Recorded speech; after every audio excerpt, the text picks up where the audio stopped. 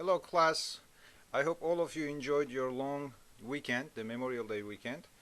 We are starting Module 2, so welcome to Module 2.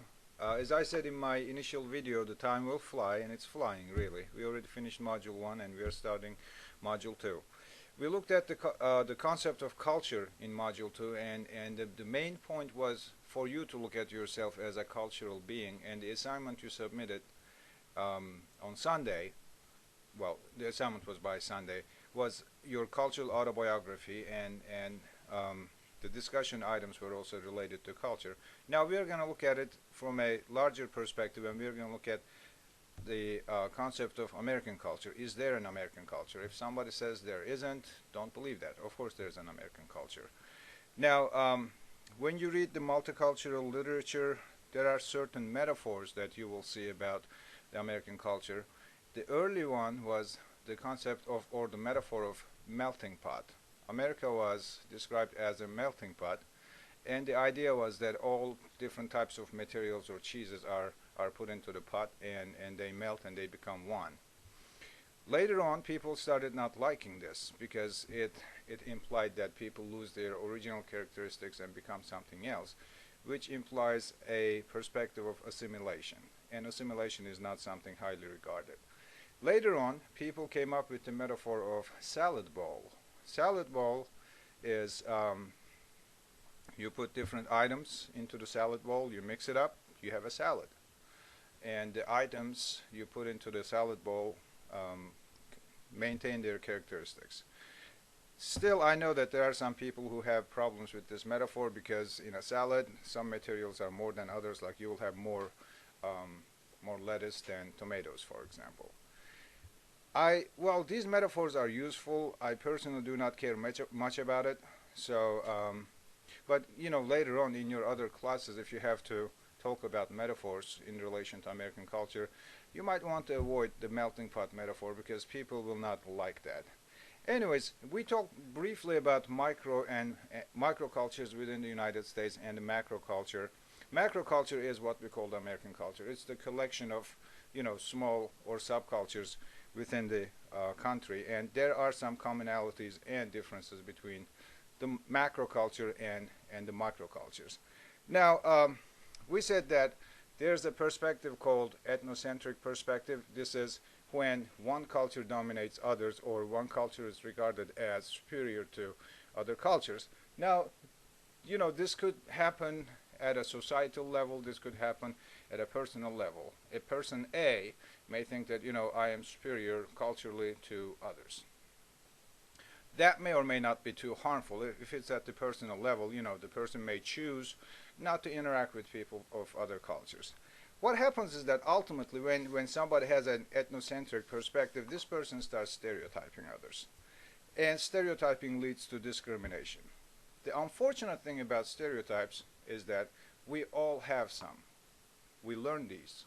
We learn these mainly from media, I think, and then sometimes from our friends, from our family. And if you take a moment to reflect upon stereotypes are these blanket generalizations about people of certain groups.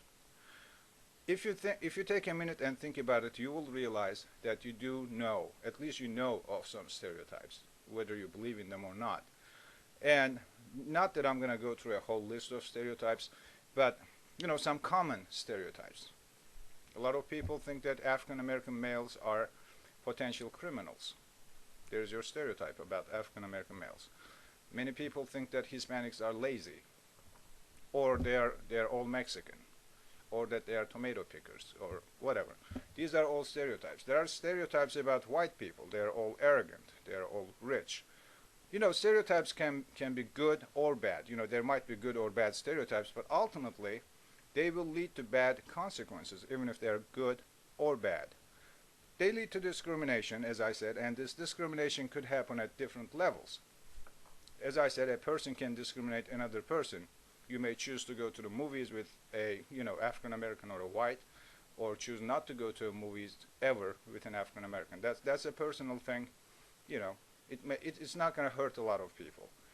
If these stereotypes and discrimination become institutional, then you have a problem. If these perspectives go into a classroom in the context of education, let's say, If these stereotypes go into a classroom, then you have a problem. If a teacher's actions or if a teacher's thoughts about students are affected by stereotypical views, then we have a significant problem. That's why we highly encourage, as teacher educators, we highly encourage our students to think about their views on other people, reflect upon what they think of others and what they think of themselves, and then have proper views. The issue that comes down to the main issue that we have when it comes to stereotypes and discrimination is that they affect teacher expectations. If you have a discriminative view on students, your expectations will be different. When you have low expectations for students, your actions towards that student will be different. When your actions are different towards the student is not going to achieve at high level. So teacher expectations impact student achievement tremendously. There's actually a direct link in research between teacher expectations and student achievement. And stereotypes do impact teacher expectations. So it's important for you to be aware of your thoughts about other people. And then if you happen to have negative views with or without knowledge, these stereotypes, we do not have the stereotypes because we know something. It's just that something we heard, we saw somewhere. We don't have enough knowledge to stereotype people. We just stereotype people. It's important for you to kind of reflect upon what you do and kind of analyze your views and try to hold more accepting, more tolerance type of views. Now, in our readings, you read about a concept called white privilege. And white privilege is one of those very common concepts in multicultural education literature. What it implies is that some people, because of their skin color, are privileged. And this article was written back in the 80s. A white person simply reflected upon her experiences and thought that just because she was white, she was given privileges. Now, it is true for a lot of people. White privilege does exist, at least in my experience. And then to give you a perspective on it, we have one of the readings in our module this week is about can't remember the exact title of the article, but it's the Greg, Emily, Jamal, and Lakeisha article. I'm not going to tell you much about the article because I want you to read it, but it's an example of white privilege. Unfortunately, it exists, and it exists in schools too, to some extent. So, and that's also problematic. Students from ethnic backgrounds other than white coming into schools being treated differently or not finding enough success opportunities, that's a problematic issue, and multicultural education deals with that. Now, let's see.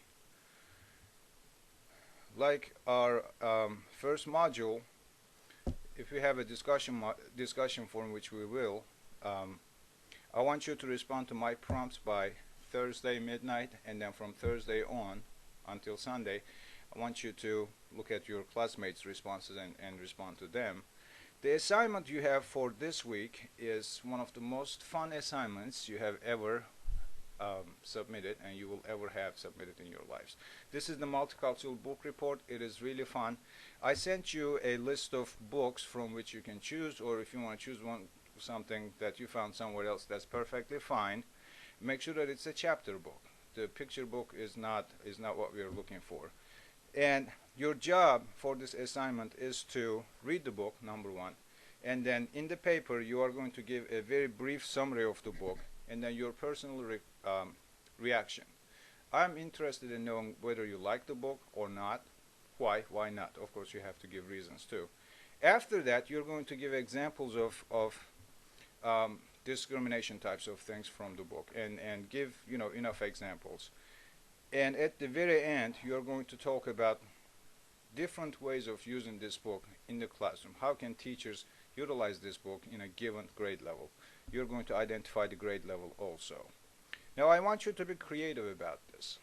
The most common way that I saw in the past that my students would include in the paper was that the teacher would read the book chapter by chapter and then students would discuss each chapter.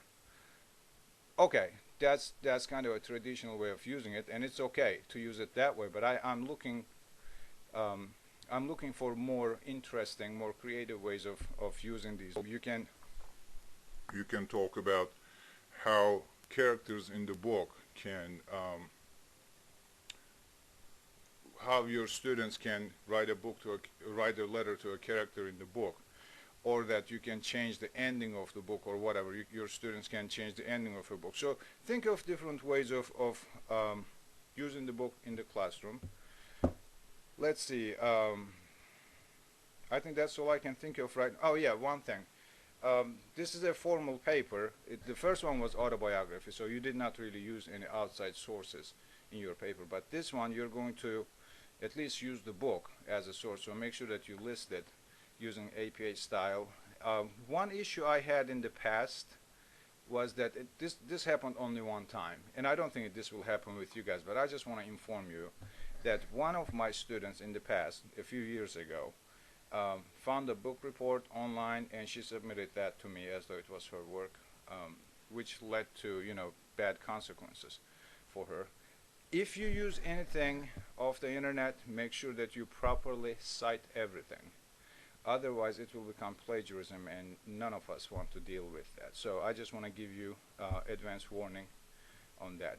Other than that, I think that's it. I hope you're enjoying summer and our cultural issues course. So I will see you, I will talk to you when we're about to start module 3. So goodbye for now.